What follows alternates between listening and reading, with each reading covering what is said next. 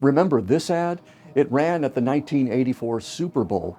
The Apple board of directors called it the worst commercial ever made. Well, before it ran. But when it sold 72,000 Macintoshes in 100 days, I wonder if they changed their minds. Video can be such a great medium to capture the imagination.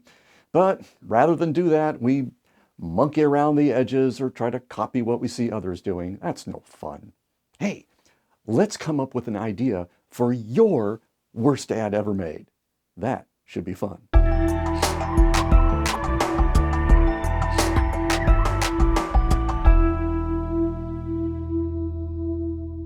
Okay, let's get right to it. The great thing about ads is how they force you to be succinct in a world where you have seconds to get people's attention and give them the conviction that they want your service.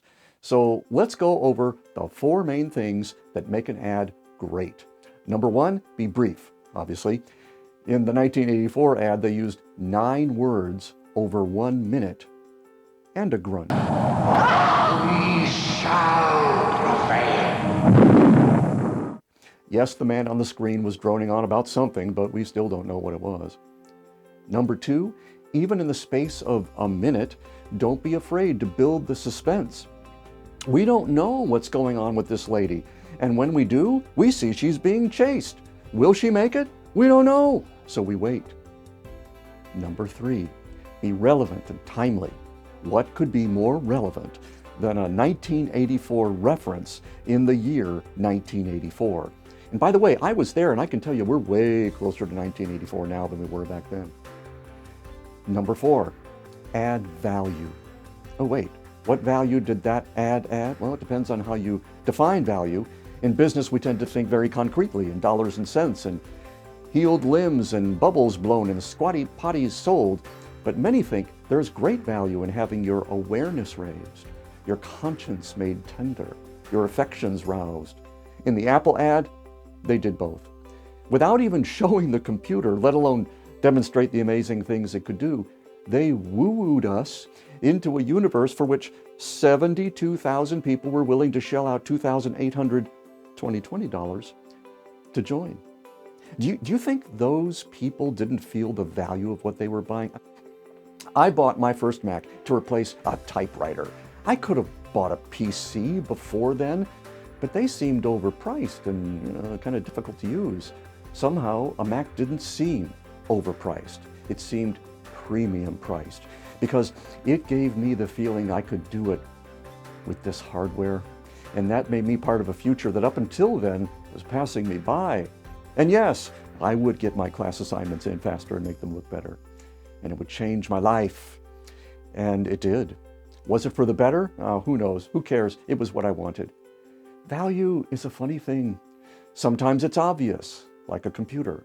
Sometimes it's not, like a feeling. Of course, you can't have the computer without the feeling, but beware. Here's where you can know all this and still get it wrong. Our egos so easily get in the way. And as good as that ad was for Apple in 1984, they blew it in 1985. Why? Because they tried to clone the unicorn.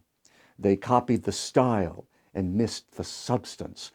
The first ad was about a revolution. In the next one, they basically stood in front of the audience and shouted insults at the people trapped by their own captive thoughts. No suspense, no relevance, no value. Lots of style, though. They even hired the first director's brother to make it, and it flopped. So badly, Apple had to cut 20% of their workforce, and they kicked Steve Jobs out of his own company. Now, when he returned years later, Mr. Jobs brought with him a different idea. Rather than cloning the unicorn, he created a stable of thoroughbreds, and that series of videos became one of the most successful campaigns of all time. You probably remember both of these ads and don't remember any of the ones in between. And it's because of this simple formula: brevity, relevance, suspense, and value. And we can all do it because we all have a creative center in our minds. We're just afraid to use it most of the time because, oh, what if it doesn't work? But what choice do we have? Do we have an unlimited amount of money to throw away? Besides, being a copycat visible authority is a contradiction in terms. Remember, one good idea can serve a small business for the life of that business. This guy turned one idea, get out of debt, into an empire. If he can do it, you can do it. Now, here's the thing. Why couldn't you apply all these principles to videos like this one? Create your own stable of thoroughbreds like we do in Inner Circle. It can ensure that you never throw good money after bad on copycat campaigns. Instead, you preserve your capital while growing your top and bottom line. Well, that's it for today. Apply these simple concepts to all your videos and watch your business take off. Thank you for watching. Have a fantastic week, and we'll see you next time on The Visible Authority.